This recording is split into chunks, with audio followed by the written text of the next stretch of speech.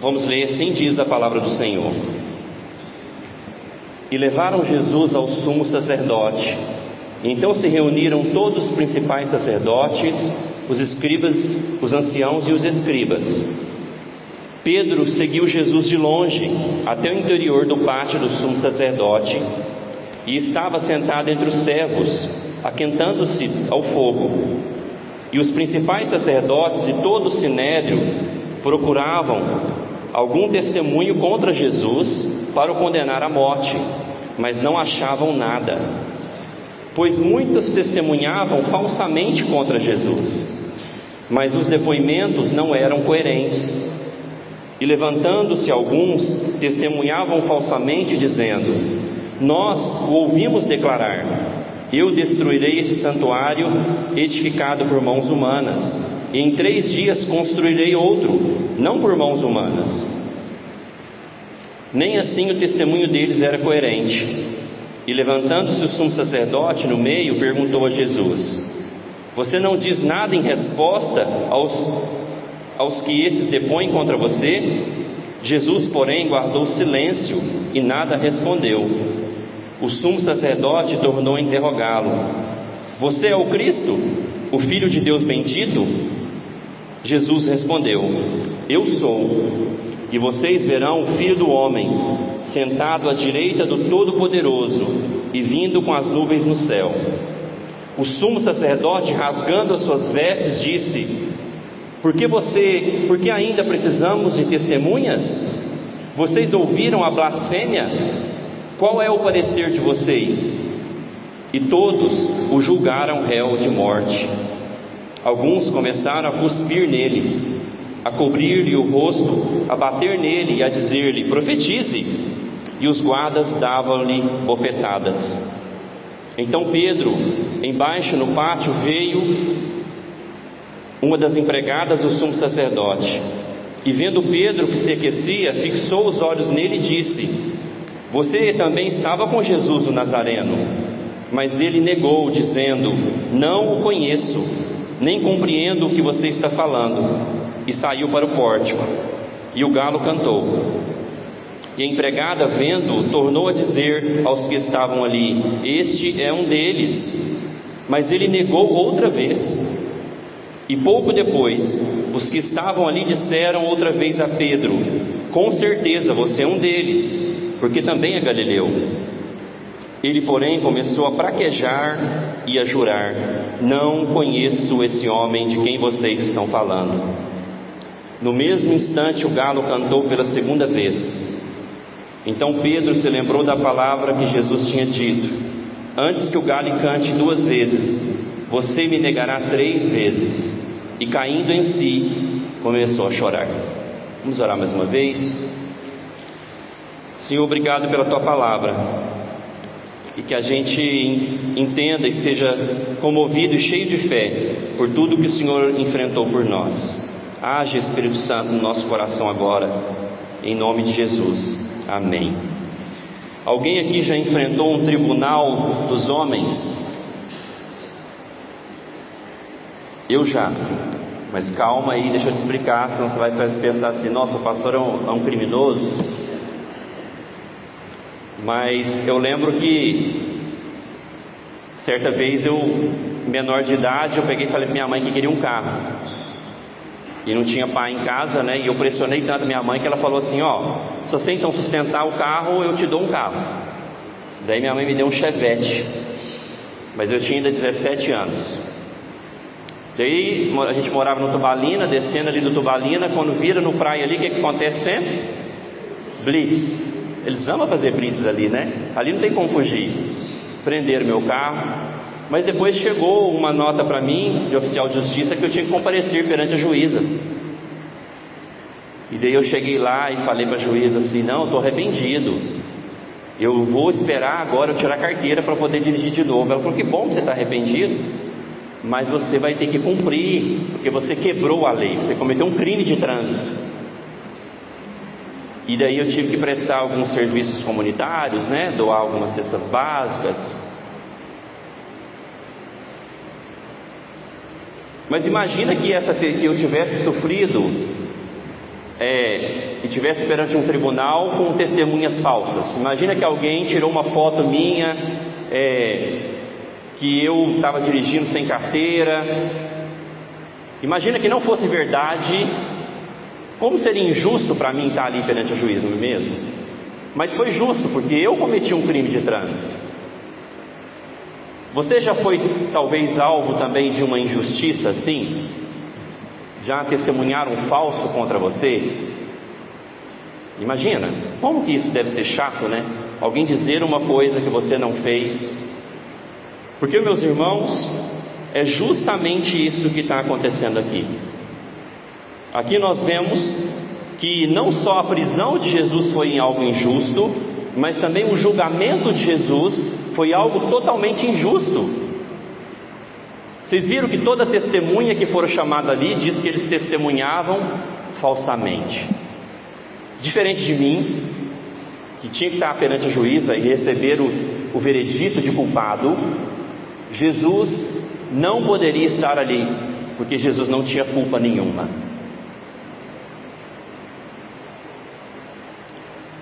Porque quando nós pensamos naquilo que Jesus sofreu por nós, nós sempre pensamos que Ele pagou pelos nossos pecados. Sim, Jesus fez isso por nós. Mas Jesus, Ele também se tornou um réu no nosso lugar no julgamento de Deus. Nós precisamos entender isso. Existe uma palavra na teologia, um termo que fala substituição penal. Como que é a palavra? Substituição penal.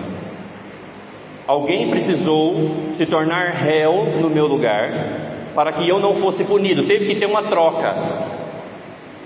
Alguém teve que estar no tribunal dos homens para que o Gabriel não esteja perante o tribunal de Deus. Basicamente, que a Bíblia vai nos dizer hoje, esse trecho da Escritura que aconteceu com Jesus, é que Jesus se torna réu perante os homens para nos livrar do tribunal de Deus. Jesus enfrenta o julgamento dos homens para que nós não enfrentemos o julgamento de Deus.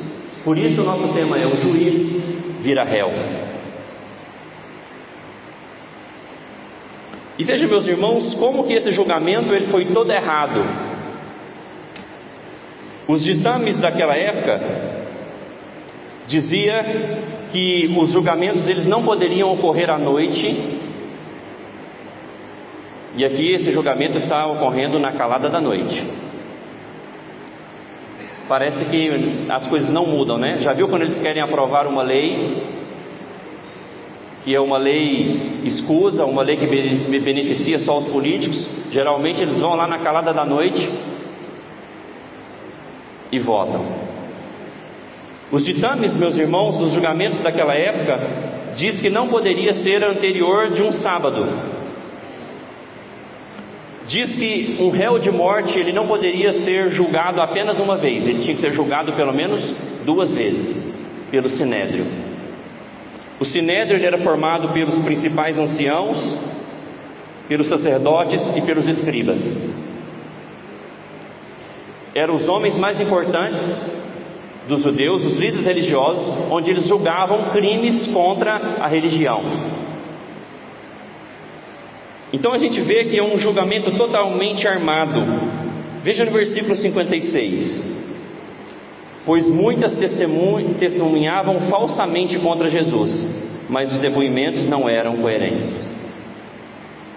Como eles não tinham o que acusar Jesus, porque eles tentaram muito achar algo contra Jesus. Lembra das perguntas que eles enviavam homens para fazer para Jesus? É lícito pagar imposto a César? Eles perguntaram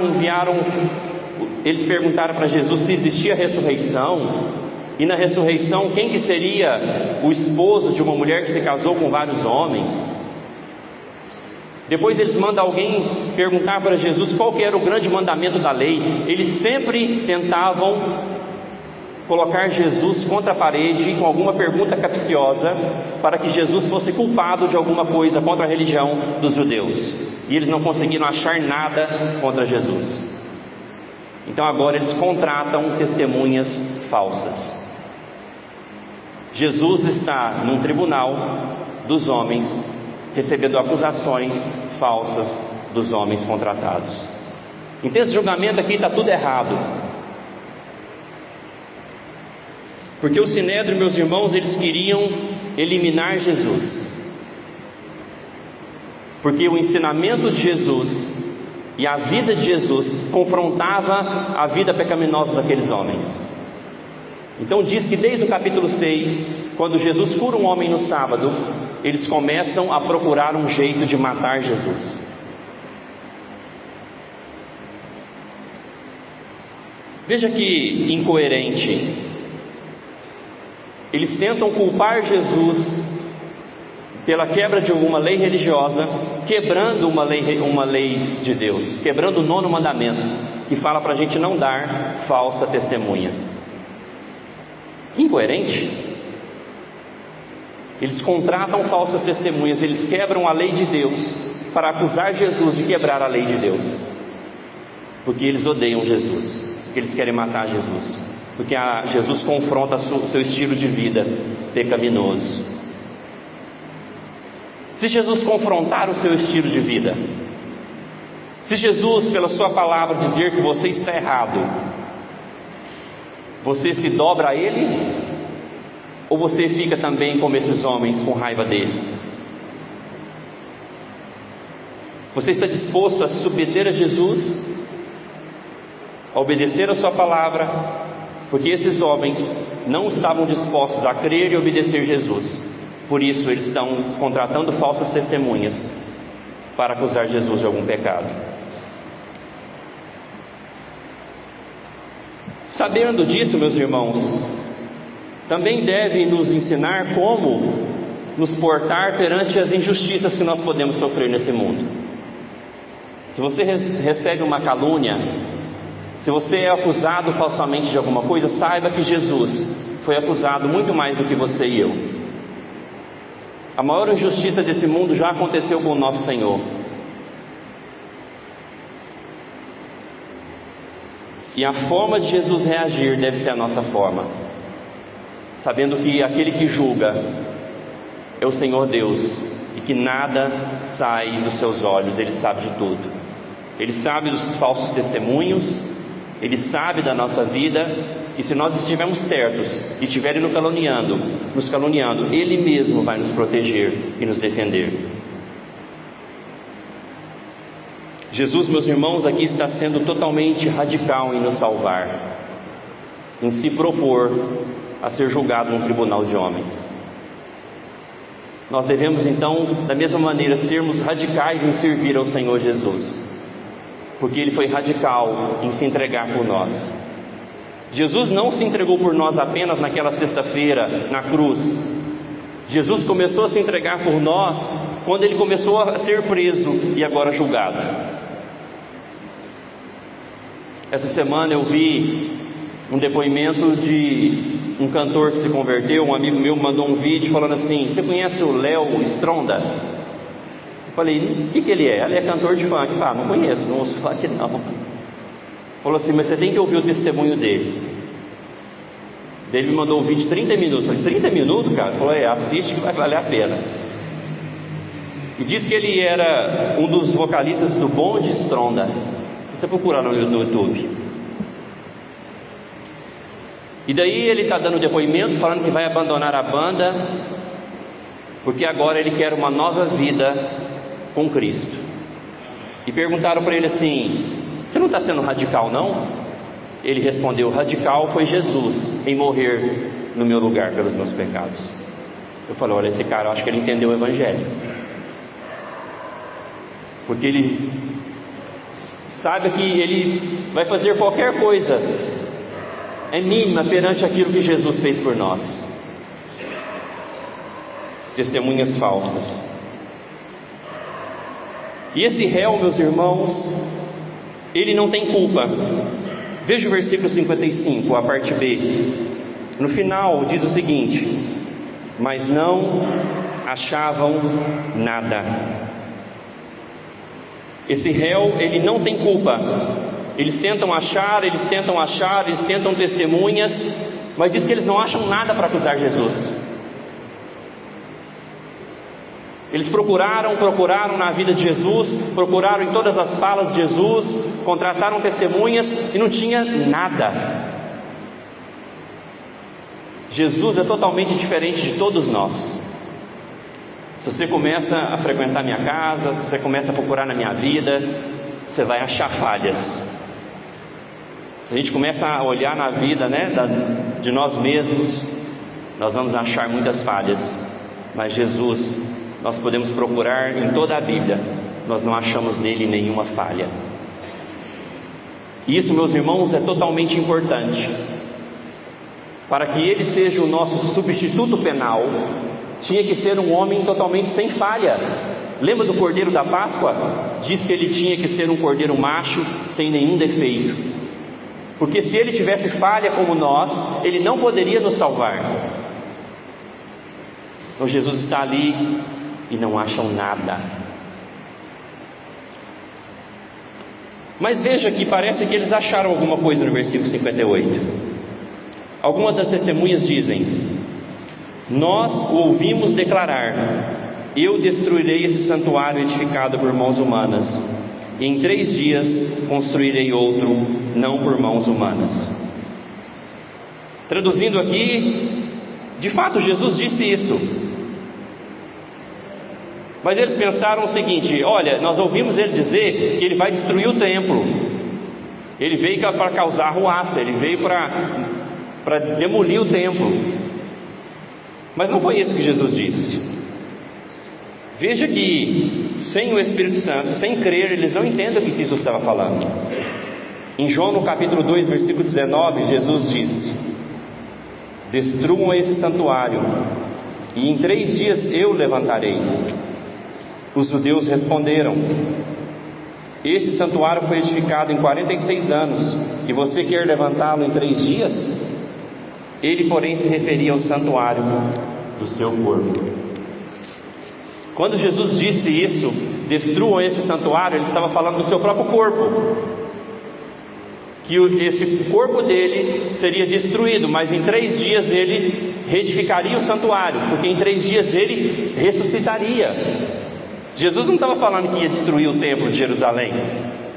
Jesus não veio para causar arruaça ou uma revolução. Jesus estava falando do seu corpo como um novo templo, mas eles não entendiam, eles não criam. Jesus estava falando do novo e vivo caminho que ele veio abrir para nós. Em Hebreus, no capítulo 10, versículo 19, explica o que Jesus estava falando sobre destruir o seu santuário e reedificá-lo. Hebreus 10, 19 diz o seguinte: portanto, meus irmãos, tendo ousadia para entrar no santuário, pelo sangue de Jesus, pelo novo e vivo caminho que ele nos abriu por meio do véu, isto é, pela sua carne, e tendo um grande sacerdote sobre a casa de Deus. O que Jesus estava ensinando é que ele seria um novo e vivo caminho, que ele abriria um caminho para que todo mundo pudesse chegar à presença de Deus, que ele seria o nosso sumo sacerdote para quem chegasse à presença de Deus. Mas eles não acreditavam. E daí agora entra em cena o sumo sacerdote, o chefe do STF, traduzindo para os nossos dias. O Sinédrio era mais ou menos como o STF, só que o Sinédrio julgava mais questões religiosas.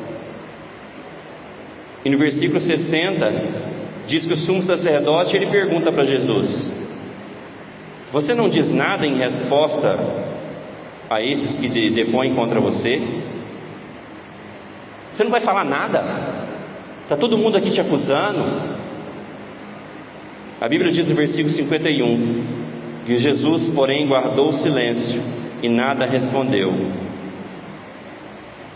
Jesus não responde nada. Lembra de Isaías 53, versículo 7? E ele foi oprimido e humilhado, mas não abriu a boca. Como o cordeiro foi levado ao matadouro, e como ovelha muda diante dos seus tosqueadores, ele não abriu a boca. Jesus se mantém calado, porque todas as acusações são falsas. Geralmente, quando a gente quer brigar muito, quando a gente recebe uma acusação, cuidado, talvez essas acusações são verdadeiras. porque se elas não são verdadeiras, você está tranquilo. Outro dia, um dos meus meninos chega em casa: ó, pai, falaram de mim na escola, falaram que eu sou isso. Você é, filho? Não. Então por que você está preocupado? Às vezes a nossa preocupação contra as calúnias, contra aquilo que falam de nós, talvez tenha alguma razão, mas Jesus não está preocupado, porque Ele sabe que Ele não é nada daquilo que eles estão acusando Ele. Ele fica calado, cumprindo as profecias de Isaías, que como uma ovelha muda Ele iria para o matador, sem abrir a boca. Mas o sumo sacerdote faz uma pergunta final no versículo 61. Ele interroga Jesus perguntando: você é o Cristo, o Filho do Deus bendito? Versículo 62, Jesus fala: eu sou. Jesus agora se escancara para ele. Ali só a parte A, Jesus fala: eu sou. Eu sou o Filho de Deus.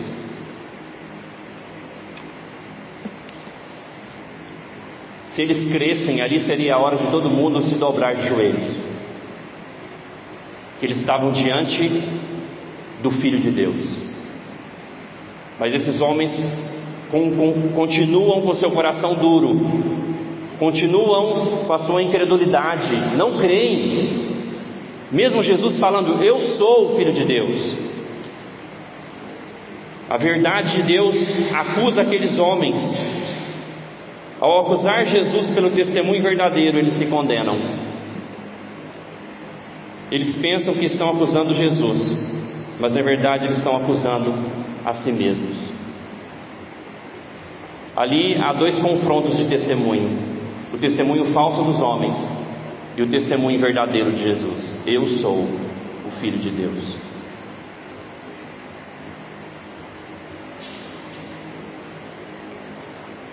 Vale uma reflexão para nós sobre essa questão de Jesus ser esse templo, esse novo e vivo caminho. Se você tem usufruído desse novo templo, ou se você só cultua e tem relação com Jesus no domingo aqui nesse templo. Se você durante a semana tem um tempo para entrar no novo e vivo caminho, que é o próprio Senhor Jesus, e ido à presença de Deus, e orado a Deus, e lendo a palavra para receber uma palavra de Deus, esse caminho custou muito caro para Jesus, para que nós sejamos negligentes a esse novo e vivo caminho. Porque naquela época, meus irmãos, só o sumo sacerdote podia entrar no Santo dos Santos de Deus, no templo. O novo e vivo caminho, todo crente, todo aquele que crê no Senhor Jesus, pode entrar na presença de Deus, dobrar o seu joelho no seu quarto e ter essa relação de intimidade com Deus. Você tem negligenciado esse caminho? Espero que não. Aqui, meus irmãos, está se cumprindo o que o apóstolo Paulo explicou depois: que Deus seja verdadeiro e todo homem, todo testemunho humano é mentiroso. O testemunho de Jesus versus o testemunho daqueles homens, o testemunho de Deus é verdadeiro. Mas agora eu quero pensar com vocês sobre o absurdo de Jesus ser o juiz eterno e estar ali se entregando agora como um réu perante os homens. Porque quando Jesus responde que Ele é, no versículo 62, Ele fala mais, Ele fala: e vocês verão o Filho do Homem sentado à direita do Todo-Poderoso e vindo com as nuvens do céu. Diz que depois de ouvir isso, o sumo sacerdote, ele entra em desespero, ele rasga suas vestes. Quando alguém rasgava suas vestes, era um simbolismo de total repugnância, alguém que ficou revoltado. Então quando ele ouve isso, ele fica revoltado. Por quê? Porque o sumo sacerdote conhece isso que Jesus falou. Isso que Jesus falou está em Daniel 7, no versículo 13 e 14, que diz o seguinte: o profeta Daniel disse: eu estava olhando nas minhas visões da noite, e eis que vinha com as nuvens do céu alguém como o Filho do Homem. Ele se dirigiu ao ancião de dias e o fizeram chegar até ele. Foi-lhe dado o domínio, a glória e o reino, para que as pessoas de todos os povos, nações e línguas o servissem. O seu domínio é domínio eterno, que não passará, e o seu reino jamais será destruído. Por que o sumo sacerdote fica desesperado, rasga suas vestes? Porque Jesus está falando: eu sou aquele que foi profetizado pelo profeta Daniel, e vocês conhecem muito bem a profecia. Eu sou aquele que virá nas nuvens. Virá nas nuvens significa: eu vou vir com a glória de Deus, eu vou vir com a Shekinah de Deus. Jesus fala: eu sou aquele que foi dado todo o domínio, toda a glória do reino. Eu sou aquele que todos os povos vão servir. Eu sou aquele que terá domínio eterno sobre tudo. Entenderam por que ele fica desesperado? Porque ele fica revoltado? Porque Jesus fala: eu sou o Deus que terá domínio sobre todos para sempre. Vocês estão me julgando agora, mas eu sou aquele que virá nas nuvens, cheio da glória de Deus, para julgar os homens. Por isso ele se desespera, porque Jesus fala que todo domínio, glória e todo o reino pertencem a ele. Vocês podem imaginar, meus irmãos, como o Evangelho é um absurdo, o Evangelho é um escândalo para nós. Porque vai dizer, meus irmãos, que depois que Jesus falou isso, Jesus começa a ser cuspido. Cuspir em alguém é a atitude de maior desrespeito, não é verdade? Você cuspir em alguém é a atitude de maior desrespeito, humilhação, desprezo. Eles começam a cuspir em Jesus. Diz que eles começam a bater nele e a zombar. Profetiza! E diz que os guardas começaram a dar bofetadas nele. Lembra dos porretes? Quando eles foram prender Jesus? Agora eles começam a usar os porretes para bater em Jesus. Meus irmãos, que absurdo! Aquele que vai vir julgar todo o mundo, aquele que é o dono do reino, aquele que vem cheio de glória, ele está aqui agora sendo humilhado pelos homens. Ele está sofrendo tudo isso porque ele precisava nos substituir num tribunal, por amor ao seu povo, por amor a nós, para a glória do seu Pai.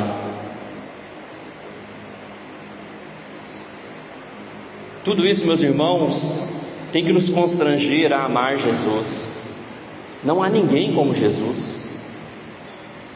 Jesus poderia, como ele disse quando ele foi preso, ele poderia chamar 12 legiões de anjos para livrá-lo. 12 legiões de anjos, meus irmãos, é 72 mil anjos. E ele não pede a ajuda dos anjos, ele se entrega. Entender o que Jesus sofreu por nós, como ele foi humilde, como ele foi manso, por amor a nós, tem que nos constranger. Sofrer o castigo dos homens, para que nós não sofrêssemos o castigo de Deus. Por isso o juiz vira réu. Ele vira réu para nos salvar do tribunal de Deus. Eu quero que você agora leia um texto comigo para você entender do que Jesus nos livrou. Abre em Apocalipse capítulo 20, por favor. O último livro da Bíblia. Agora não vai projetar aqui não, nós vamos abrir, por favor. Apocalipse capítulo 20.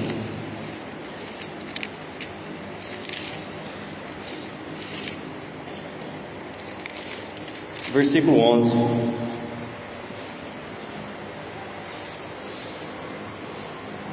Até o 15 apenas. Diz assim a palavra de Deus: vi um grande trono branco e aquele que estava sentado nele. A terra e o céu fugiram da presença dele, e não se achou lugar para eles. Vi também os mortos, os grandes e os pequenos, que estavam em pé diante do trono. Então foram abertos livros. Ainda outro livro, o livro da vida, foi aberto.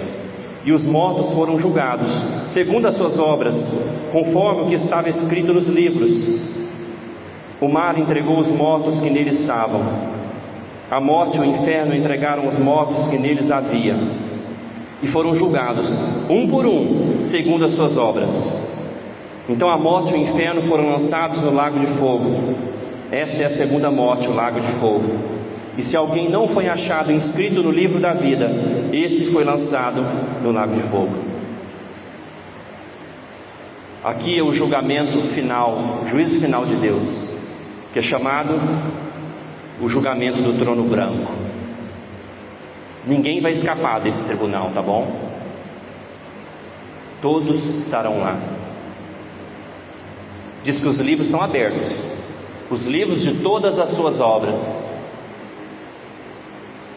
E mesmo que você pratique boas obras, tem muita quebra da lei de Deus no seu currículo, ou só no meu. Tem muita quebra da lei de Deus no seu currículo. Mas diz que aqueles que foram achados no livro da vida, que é o livro de Jesus, serão salvos, não sofrerão o castigo, o julgamento, a punição, a condenação. Por quê? Porque Jesus estava no tribunal dos homens, sofrendo o castigo, a humilhação, no nosso lugar.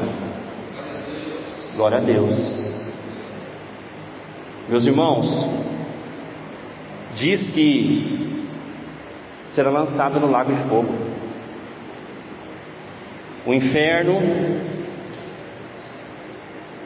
a morte e aqueles que não têm o seu nome no livro da vida serão lançados no lago de fogo. Vocês estão entendendo? A substituição penal, meus irmãos, é o coração do Evangelho. Vocês têm que entender a substituição penal. Você tem que sair com essa palavra na cabeça. Substituição penal. Que Jesus ele foi condenado como réu,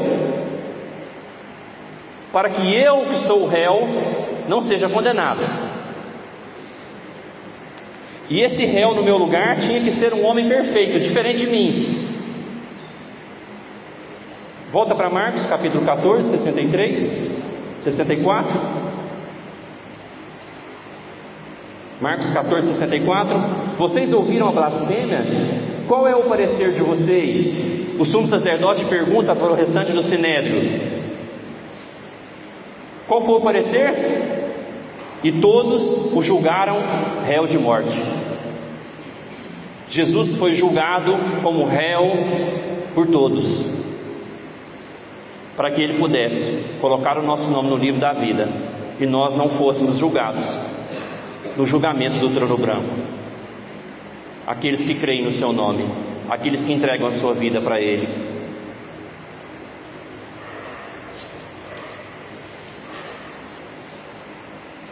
Mas aqui eu quero ainda falar de um valente, de um leão que agora se torna um gatinho. Qual o nome dele? Pedro. Pedro falou assim: Jesus, todo mundo vai te abandonar, menos eu estou aqui para morrer com o Senhor. E Pedro falou o que para ele? Versículos anteriores: ainda que o galo cante 2 vezes, você vai me negar 3 vezes. E o valente agora ele está com medo, porque no versículo 54 fala que ele já seguia Jesus de longe. Ele já não quer se comprometer tanto com Jesus. E daí diz que uma senhora, uma empregada do sumo sacerdote, ela começa a reconhecer ele. Diz o versículo 67: vendo Pedro que se aquecia, fixou os olhos nele e disse: você também estava com Jesus Nazareno. Pedro fala o quê? Conheço ele não. Que isso? Nunca vi. E diz que a mesma mulher depois de novo fala. Acho que Pedro queria arrancar a espada para essa mulher, né? E daí de novo ela fala, e ele não. Por fim, No versículo 70 diz que ele o negou outra vez, porque falaram para ele: é com certeza, você é um galileu, tem certeza. E Pedro agora começa a fraquejar e a jurar. Fraquejar é falar mal. Ele fala: eu não conheço esse homem que vocês estão falando, eu não conheço. Depois, caindo em si, quando ele ouve o galo cantar pela terceira vez, ele lembrou do que Jesus disse a ele, e ele, caindo em si, agora começa a chorar. Chora desesperado, porque negou o seu Senhor. Mas quando que nós podemos negar Jesus? Podemos negar Jesus quando ele ou a sua igreja nos compromete nesse mundo. Entender? Quando ser cristão pega mal para nós, daí você prefere não ser considerado como alguém de dentro. Quando você vai para a faculdade, e daí pega mal você não participar daquelas badernas, você falar que crê na criação, você falar que crê que Jesus é o único caminho. Pega mal na faculdade, não pega, estudantes? No seu trabalho, você manter a sua posição firme perante os princípios desse mundo, pega mal, não pega? Então nós podemos negar Jesus quando nós preferimos negá-lo do que sofrer a perda de ser cristão. Por que Pedro nega? Porque ele ia ser preso também, ia morrer com Jesus. Então ele não quis sofrer a perda, ele nega. Então, guardadas as devidas proporções, nós podemos negar Jesus quando nós não queremos sofrer a perda de ser um cristão, quando a gente quer agradar o mundo e não agradar a Deus, a gente quer ficar bem com a sociedade, em detrimento de ficar bem com esse que sofreu no nosso lugar. Alguns talvez nem assumem um compromisso com Cristo, para não ficar mal perante a sociedade. Agora você é crente? Pega mal para muita gente. Mas Jesus vê o arrependimento de Pedro nesse choro dele, e depois da ressurreição Jesus restaura ele, porque foi um choro de arrependimento. Quando Jesus volta no terceiro dia, Jesus depois busca Pedro e restaura a vida dele. E o fujão Pedro, quando recebe o Espírito Santo, vira um grande pregador do Evangelho. Portanto, meus irmãos, quero concluir com algumas aplicações para a nossa vida prática. A justiça desse mundo é torcida, são testemunhas falsas, interesses pessoais, mas a justiça de Deus, ela é perfeita. E não há nada de mal que podemos sofrer que o nosso Senhor não sofreu por nós. Lembre-se disso. Quando você sofrer alguma injustiça, alguma calúnia, lembre-se que Jesus sofreu muito mais por nós. E pelo seu exemplo, nós podemos suportar as dificuldades desse mundo, as calúnias, as injustiças, as pancadas desse mundo, porque o nosso Senhor sofreu pancadas literalmente por amor a nós. Esse réu foi condenado, diz que todos o julgaram réu de morte, sem ter nenhuma culpa, e por isso ele pode nos salvar. Se ele tivesse uma única culpa, ele não poderia ser o nosso substituto penal. Ele é o eu sou, o Filho do homem. Ele virá nas nuvens, meus irmãos. Ele virá nas nuvens. Ele tem todo o domínio e poder nas suas mãos. Então, pequena ovelha de Jesus, descanse. Descanse nos braços do seu bom pastor. Eu não sei como está seu coração, mas descanse nesse que virá com todo o poder e que sofreu tudo isso por amor de você, as ovelhas dele, porque ele disse: eu sou o bom pastor que dá a vida pelas ovelhas. Descanse na graça do nosso Deus, confie no poder desse Senhor e mantenha o seu testemunho firme nessa sociedade. Não negue Jesus, não negue os princípios da palavra de Deus. Mantenha o seu testemunho, a sua confissão de fé. Eu creio em Jesus e na sua palavra.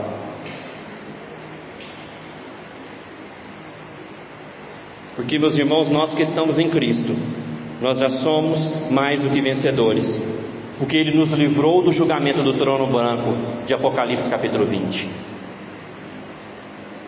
Porque todo aquele que creu em Jesus tem o seu nome, ou melhor, é porque já teve o seu nome escrito no livro da vida. Você já é mais do que vencedor. Não é nada nesse mundo que vai te fazer vencedor. Não é conquistar alguma coisa que vai te fazer vencedor. Não é ter muitos bens que vai te fazer um vencedor. Ter títulos, não é isso. O que faz o crente um vencedor é que Jesus venceu e escreveu o nosso nome no seu livro. E se você, assim como Pedro, tem amado esse mundo e negado Jesus, chore hoje. Chore. Ele vê o seu arrependimento e vem para restaurar a sua vida. Abaixe sua cabeça para orarmos.